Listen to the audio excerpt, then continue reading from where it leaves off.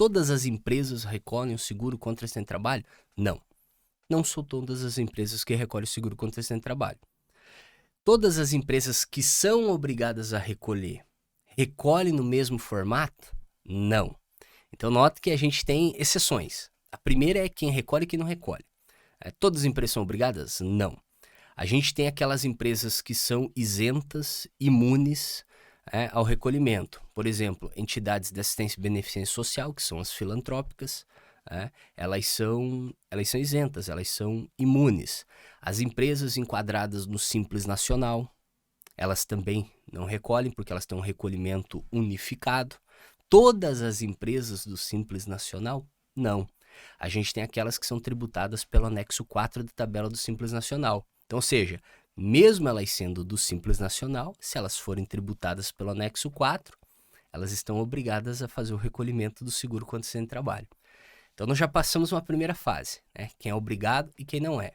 Já chegamos à conclusão, nem todas são obrigadas a recolher. A gente tem aí uma distinção. Porque basicamente a gente tem empresa do lucro real, lucro presumido, e empresa do Simples Nacional. Então, as Simples Nacional não são todas, só as do anexo 4. E ainda a gente tem aquelas que são as filantrópicas. Normalmente a gente tem aí escolas, hospitais, normalmente. Agora vamos para outra fase. Todas que são obrigadas a recolher, recolhem no mesmo formato? Não.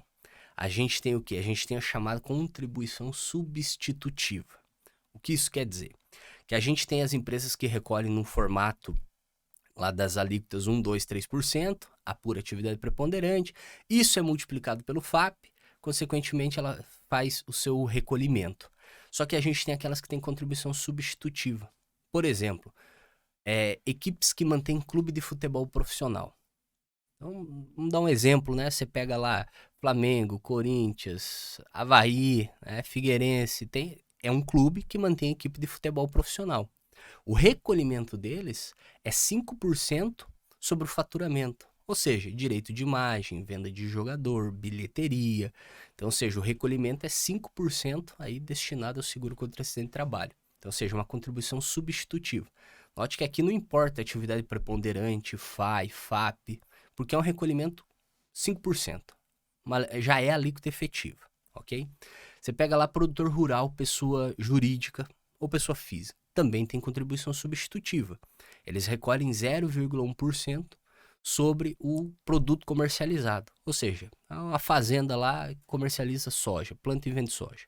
Ela foi lá e vendeu soja, vendeu 500 milhões de reais ali em determinado mês. Vai ser feita a apuração, ela vai recolher 0,1% sobre isso. Então, ela tem a contribuição substitutiva. Assim como algumas agroindústrias também. Tem contribuição substitutiva, também é 0,1% sobre o produto comercializado. Só que não são todas as agroindústrias. Por exemplo, a agroindústria, se ela for de suinocultura, carcinocultura, silvicultura, ela não tem direito à contribuição substitutiva. Ela recolhe como todas as outras empresas.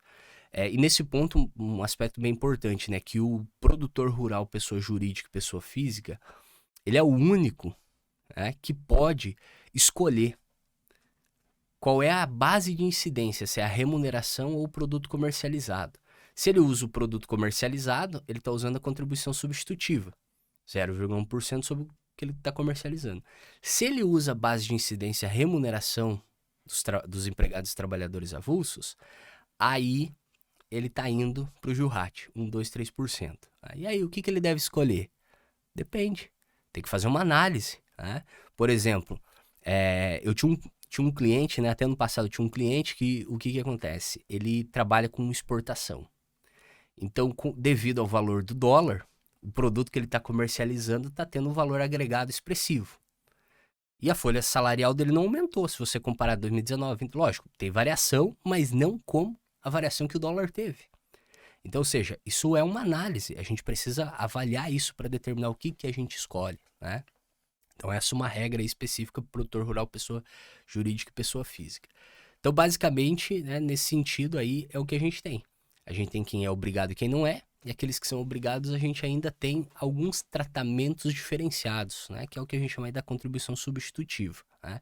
Caso produtor rural, pessoa física jurídica, clube que mantém equipe de futebol profissional, né? O empregador doméstico também, ele recolhe 0,8% sobre o salário do ou da empregada doméstica. Então, quando a gente fala aqui dessa questão do recolhimento, do pagamento do seguro-contribuição de trabalho, existem várias regras, várias exceções, tratamentos diferenciados. Por isso da importância aí de entender, compreender a legislação previdenciária e tributária.